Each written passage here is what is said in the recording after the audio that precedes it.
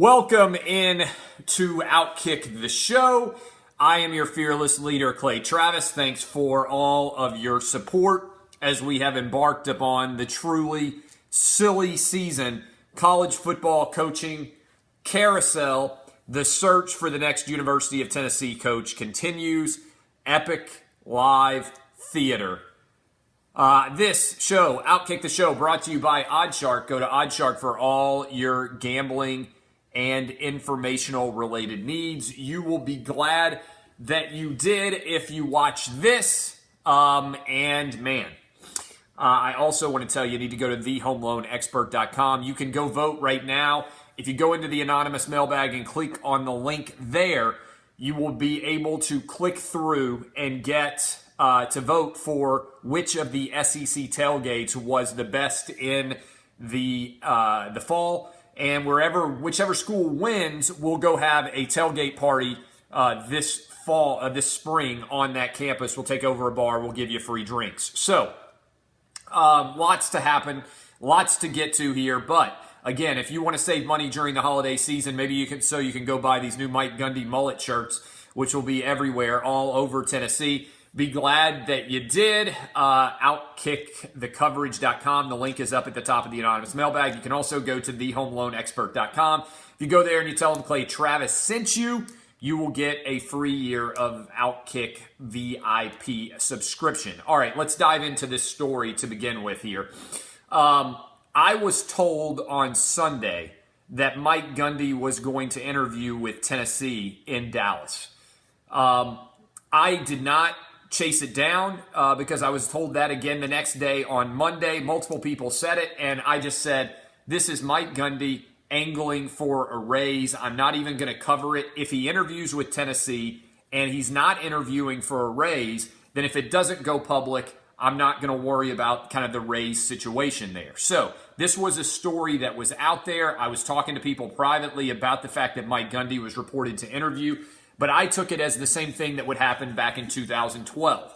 That, you remember back in 2012 when Tennessee ended up hiring Butch Jones, they actually flew directly to Oklahoma State. Mike Gundy picked him up at the airport. They drove to his house, and they conducted the interview at his house. And I remember we were doing a live Outkick show at the time, and I said, my God, are you kidding? Like, there's no way he's going to take the job if it's leaked that he's doing the interview. And if he picks you up at the airport after you land right in Oklahoma, Stillwater, and drives you to his house and has a interview right there at the kitchen table with you. So I said at the time, there's no way he's going to go in 2012. Subsequent to hearing all this, there are people at Tennessee and Oklahoma State that believe that Mike Gundy is seriously considering going to Tennessee.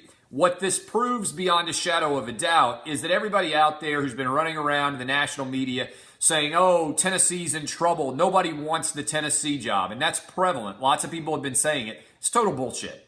All right. There are tons of people who want the Tennessee job. And everybody out there who tried to say, oh, Tennessee's been irreparably harmed by the way their fans behave. They're totally wrong. Now, I hope Tennessee gets Mike Gundy, because I would love to just throw it in everybody's faces who's been ripping me all over the internet, all over national media out there saying, oh, this revolt that Clay Travis led, it's irreparably harmed the Tennessee program. There's no way they'll ever recover from it. If we hire Mike Gundy, ultimate helicopter dick, mullet-waving motherfucker, and he comes to Knoxville, they should put a statue up to me on the University of Tennessee's campus. Because otherwise, Greg Schiano would be the coach. I think if I hadn't gotten involved in this story, I think Greg Schiano would be the coach of the University of Tennessee right now. Now, the reason why we took such flight was because everybody agrees that Greg Schiano was the wrong hire. This is something that I don't think the national media ever understood here. I got 500 emails, roughly. I have a public email address, claytravis@gmail.com. I very rarely respond, but a lot of times I'll scroll through and I'll read, and every now and then I'll dash off like a quick one-word response or a couple of sentence response. And so I was able to respond to some of them. Every single person who wrote to me was thanking me for being involved in ensuring that Greg Schiano did not end up at the University of Tennessee. I've never seen a hire more universally panned by a fan base in my life. If you did a poll of Tennessee fans and said, how many of you want Greg Schiano versus Mike Gundy? 100% of people would pick Mike Gundy. I don't even think one Tennessee fan on earth would say I would rather have Greg Schiano, okay? If you did a poll, and it's not just Mike Gundy. The other names that I know Tennessee's involved with right now, Jeff Brom at Purdue, okay? I think there's a decent chance Jeff Brom at Purdue could come to Tennessee. Infinitely better than anything to do with the hire that could have taken place with Greg Schiano, okay? Jeff Brom is orders of magnitude better than anything associated with Greg Schiano. Jeff Brom destroys him. He's like Bobby Petrino without the marital crisis. He has the exact same offense. He's a lot younger. He would do very well. And the other guy that I've heard that they're seriously considering if they don't get Gundy is T. Martin. And what I've heard about T. Martin is he would come to Knoxville and he would take over, but they would also not have to pay him tons of money, $2.5 million or so, and they would surround him with one of the best coaching staffs that has ever existed. So they believe they could get Kevin Steele to leave Auburn and come be the defensive coordinator at Tennessee, pay him up to $1.7, $1.8, $1.9 million a year to be the defensive coordinator. They think that they could go find the best recruiting staff that you've ever seen, a bunch of former Tennessee players, and Tennessee fans would be out of their minds ecstatic with a great staff surrounding T. Martin, a guy who won a national championship. And that would be absolutely fantastic, infinitely better than Greg Schiano as well. So the amount of cluelessness out there, look, there are other guys that I would love to have they could also get, and I'll run through my list. I would be fine with Lane Kiffin. I would love Mike Leach. I'd be fine with Bobby Petrino. I would, and these are all guys that I think would come to Tennessee. Kevin Sumlin, Mike Norvell. You run through that entire list, all of them would come to the University of Tennessee, which was why the reaction when they announced Greg Schiano, started to leak it, was so furious. Nobody wanted Greg Schiano, okay? Nobody did. And I think you're starting to see, what was funny was you had the Tennessee fans take their action, and then you had all the national media be like, this is unacceptable, this is ridiculous. And then now everybody's starting to kind of pivot back and say, wait a minute. If Tennessee ends up forcing its university to get a much better coach than they were otherwise prepared to hire, isn't that the exact purpose of being a fan? To support your program and demand, instead of mediocrity, demand greatness? And to force the program to hire in a way that befits the support of the fan base? Tennessee has guaranteed now that they are going to end up with a better coach than they were prepared to hire. And they have guaranteed now that the Tennessee fan base is going to unite around the next coach because the list of available candidates is so much better that nobody will be able to pierce that unity because we've seen this bullshit from the national media. And look, I've been the focal point of a lot of it. Every one of these articles is saying, oh, the carnival barker, radio show buffoon, whatever you want to call me. They've all taken aim at me for doing what? For ensuring that the university that I love the most in the country, that I have been a fan of since I was 5 years old, that my grandfather played for General Neyland back in the 1930s, my namesake. If you've read Dixieland Delight, if you've ran on Rocky Top, you know my history there. My home state university, to ensure that they aren't doing another disaster hire. Look, this was the right move to walk away from Greg Schiano. And I fundamentally believe that if I didn't have the platform that I have right now, that Greg Schiano would be the head coach of the University of Tennessee. And I think but for the social media reaction from a lot of people who joined that tidal wave there, that Greg Schiano would also have become the University of Tennessee head coach. To me, somebody sent me this email. It was a good one. It said, remember when Ron Zook got hired at Florida? And everybody in the Florida fan base immediately said, this has got to be a joke. There's no way we're replacing Steve Spurrier with this guy, Ron Zook, and given his lack of success and competence. And they immediately started the website, fireronzook.com. Do you remember that? And it took 2.5 years for that to actually be fulfilled, for the Florida fan base's recognition that their athletic department had made an awful hire, for Ron Zook to actually prove what everybody at Florida already knew, which was he was a bad hire, he was a bad fit, and they needed to let him go. And then what happened? They hired Urban Meyer. So 2.5 years in, the administration pivoted and said, you know what? All those Florida fans who were immediately saying, what in the world were we thinking? They fired him, and the collective wisdom of the Florida Gators was right, but they had to live through 2.5 years of shitty coaching before they got back to being a good coach. Okay? Tell me how what happened with Tennessee and Schiano wasn't that on steroids. Instead of having to live through 2.5 or 3 or 4 years of mediocrity, while we had to go through Butch Jones 2.0, talking about how he was going to brick by brick build back the program and worried about urine colors and trying to juice bar us all. Instead, the Tennessee fan base united and said, we don't want this guy with a 68 and 67 record at Rutgers. We don't want the next coach of the University of Tennessee to be a guy that lost by nearly 40 to Butch Jones in his last year at Rutgers. We don't want a guy who got fired from Tampa Bay for allegedly leaking information about his quarterback being in a drug treatment program. We don't want a guy at Tennessee who had players at Tampa Bay comparing playing for Greg Schiano to being stuck in Cuba. We want a guy who fits the culture of the school and the program. We want a helicopter dick coach. We don't want a mosquito dick coach. Now, there are lots of coaches out there that I think would fit Tennessee perfectly. I ran through a list of them. I would love Kevin Sumlin on the Hill. I would love Mike Leach. I would love Lane Kiffin. I would like Bobby Petrino. I think Mike Norvell would be okay. I would absolutely lose my mind with joy if Mike Gundy and his mullet comes to the University of Tennessee. T. Martin, I would be very happy for. All of these guys that I am naming are infinitely better than Greg Schiano. And what the national media didn't get or didn't understand was that Greg Schiano was a shitty hire that was a bad fit. They don't know the University of Tennessee program. They don't know what this program has been through. They don't know about the fact that the administration has been held hostage by Jimmy Haslam making bad decisions, by awful athletic directors, by awful university presidents, that the administration has not reflected the quality of the overall university and its fans. And when the fan base finally stood up and said, no, we will not accept this hire, it was actually a great moment for college athletics. It was a fan base saying, we can do better. We don't need to hire this guy with a mediocre record from the Big East who has no connection to the South, who was alleged in court papers to have committed a felony of witnessing child sexual assault and saying nothing. Now, Greg Schiano denies it, but why in the world do you need somebody who has that accusation against them to be the representative of your university?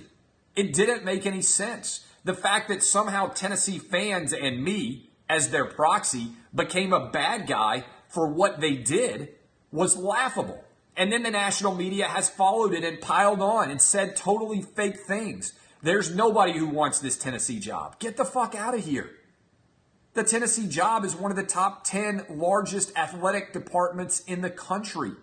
Tennessee produces hundreds of millions of dollars in revenue. They have amazing facilities. They have amazing fan support. There are tons of coaches who would crawl on their hands and knees to get a job like Tennessee. People don't understand, the fan base does.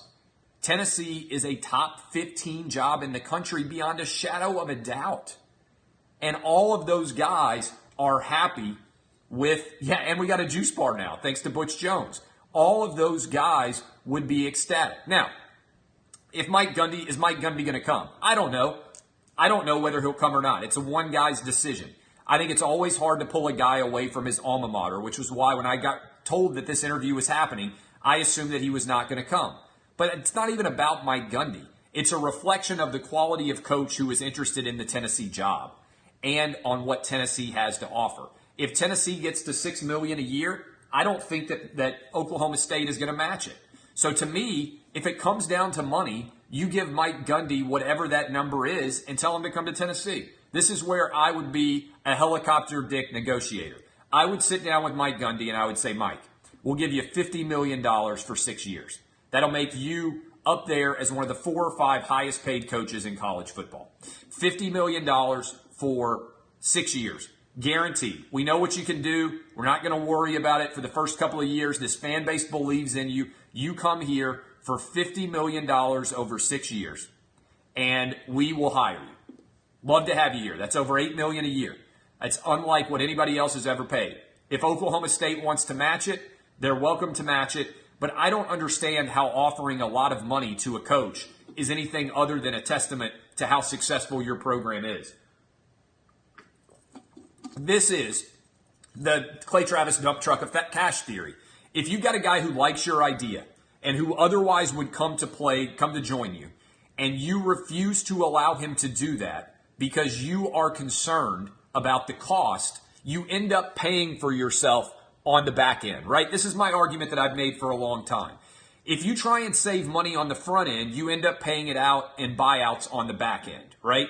So if Mike Gundy doesn't want to come to Tennessee because he's got kids and because his alma mater is Oklahoma State and because he'd rather keep his family where they already are, totally understand that. But if he is willing to come, you can't allow dollars and cents to keep you from doing that. And by the way, I keep having to lean down and check my phone because it's constantly being blown up. So that is my position on Mike Gundy. We don't know if he's going to come. Tennessee produces a massive amount of dollars. You got a $300 million facility that's about to be built. Go get this taken care of and bring Mike Gundy to Tennessee if it's about the money. Now, if it's about lifestyle or the fact that he doesn't want to leave Oklahoma State, you can't compete with that.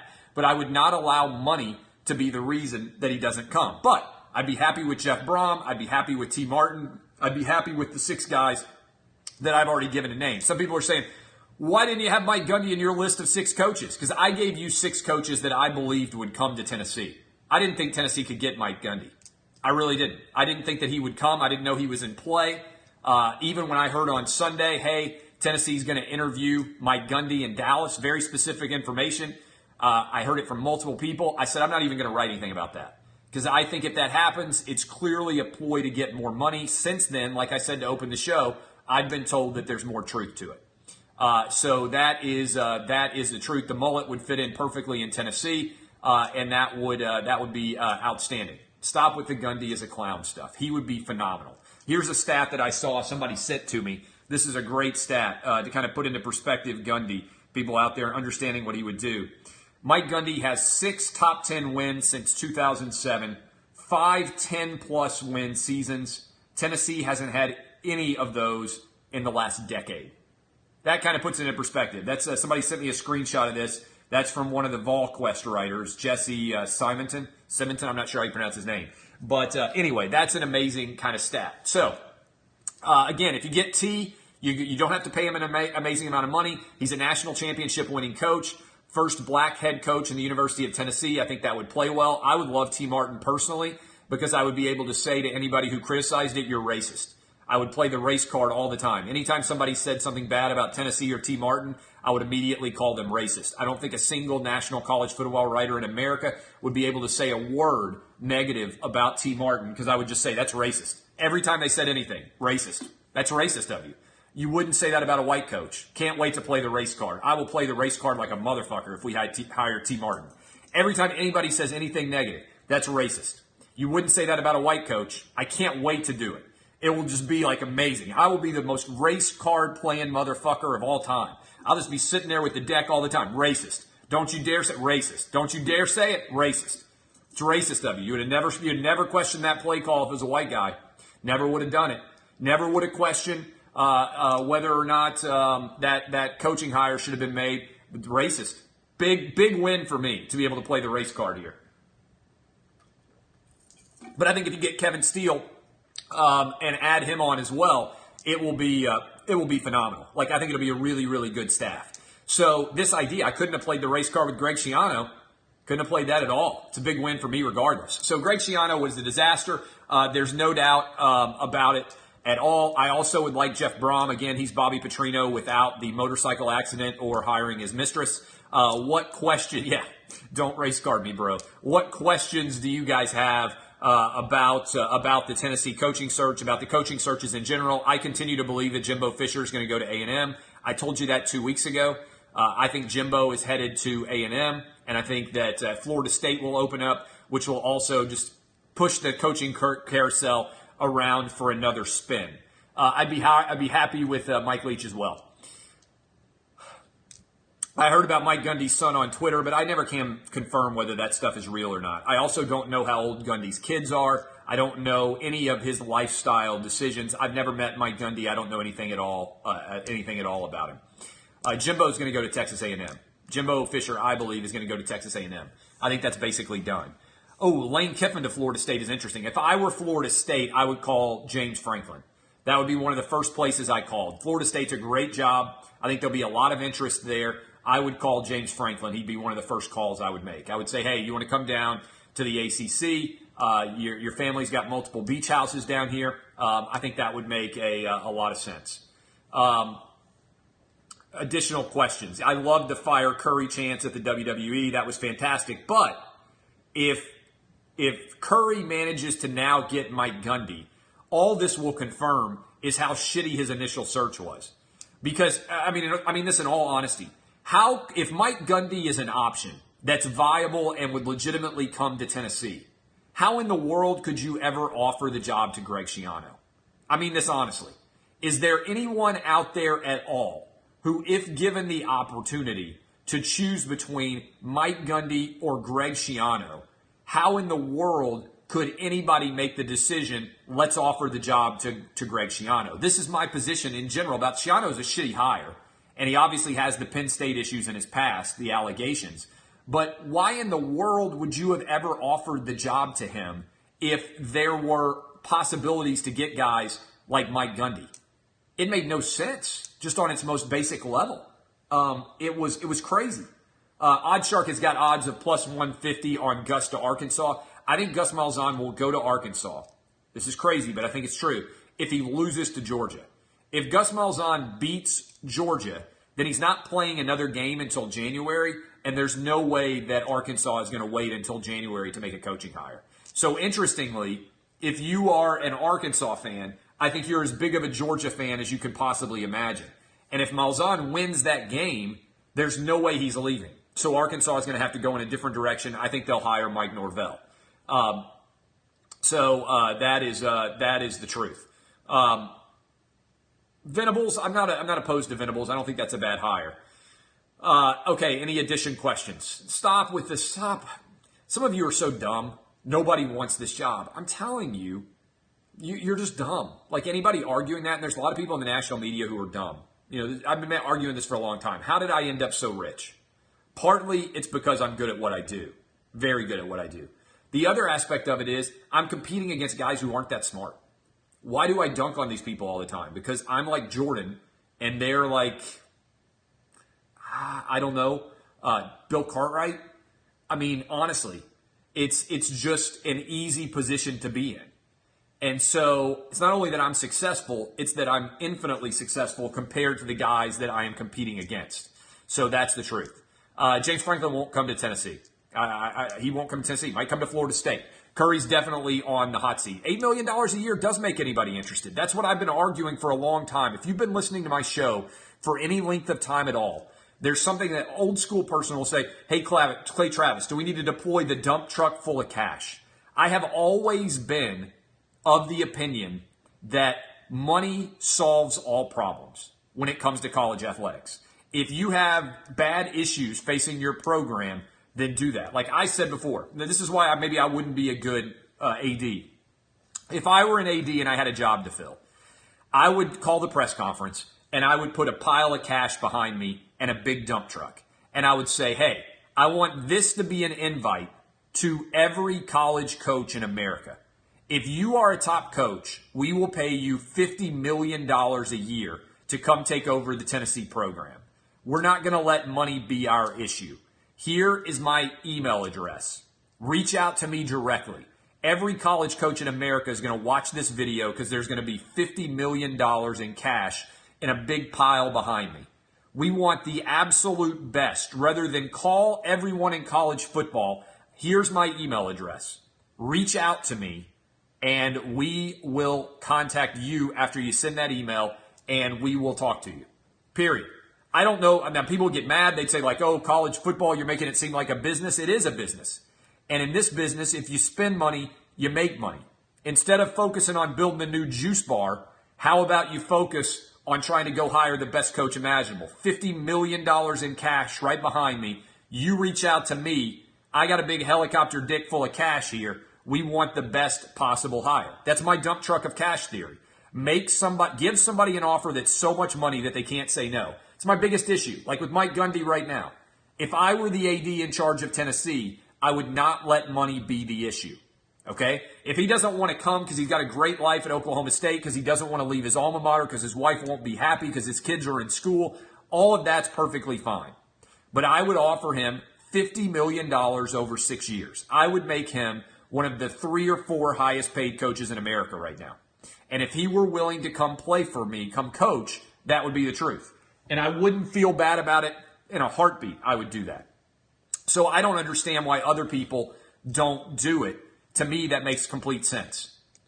But I am surprised Petrino's not the guy too, frankly, because I know Bobby Petrino would take the job. I think the problem with Petrino is he made a bad defensive coordinator hire, and the record wasn't as good as it needed to be this year. If Bobby Petrino had gone 9-3 this year or 10-2, he would have gotten an SEC job. There would have been a lot of people calling him. And that's why, to me, if I were the AD, I would eventually call Bobby Petrino and just say, fuck it, give me Petrino. Because that's what I'm saying. There's still so many good options. Petrino, Mike Leach, Kevin Sumlin, Mike Norvell, Lane Kiffin. A lot of guys that would come, including Gundy and Braum are out there in the mix, and T. I mean, it's just so awesome, right? All those guys are infinitely better than Greg Schiano. So I will keep you guys open, keep you guys on tap. Make sure your notifications are on. The minute Tennessee makes an official hire or I get word that the hire is imminent, I will come on and we will break it down. The important thing you need to know is this hire is going to be a lot better than anything that would have happened with Greg Schiano, and there's going to be a lot of national media who should have to eat crow. They should all have to write columns apologizing to University of Tennessee, to their fans, certainly to me as well, for what they said about the decision and the revolt against the hire of Greg Schiano. What makes schools great is the support of the fans. What you saw from Tennessee was a fan base stand up and say, we will no longer accept mediocrity. We will not allow any mosquito dick hires anymore. We've seen it happen. We saw what happened over the last 9 years. It's time for Tennessee football to be relevant again, and we demand a hire who will make Tennessee relevant again. And so that is the truth. Trust me. All right. I love all of you. I appreciate all of you. This is a great pen, and I'm an incredible flipper. I'll be on 6 to 9 a.m. tomorrow, AM, FM stations. If you're not listening to Outkick the Coverage or downloading our podcast, you're wasting your life.